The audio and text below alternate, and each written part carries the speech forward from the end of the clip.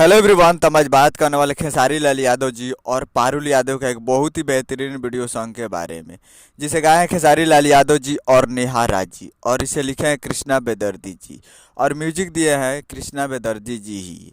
और वीडियो में खेसारी लाल यादव जी और पारुल यादव जी, जो कि आपको स्क्रीन के ऊपर दिखाई दे रहा है, जिस सॉन्ग का टाइटल रखा गया है मुर्गिया तसली में बनी, जो कि बहुत ही बेहतरीन सॉन्ग है। और इसे रिलीज किया जा रहा है, वीडियो सॉन्ग रिलीजिंग ऑन 25 जनवरी को एट सुबह 7 AM पे। और इसका टीजर, फुल टीजर रिलीज हो चुका है। तो आप लोग अभी तक टीजर नहीं देखे हैं तो जाइए और जाकर टीजर देखिए। और फुल वीडियो सॉन्ग रिलीज किया जाएगा 25 जनवरी को सुबह सुबह 7 बजे, यानी कल सुबह में 25 जनवरी को सुबह 7 बजे रिलीज किया जाएगा सारे गामा हम भोजपुरी यूट्यूब चैनल पे फुल वीडियो सॉन्ग। और वीडियो में खेसारी लाल यादव जी और पारुल यादव जी, जो काफ़ी बेहतरीन सॉन्ग है। और कल सुबह में आने वाला है सुबह 7 बजे।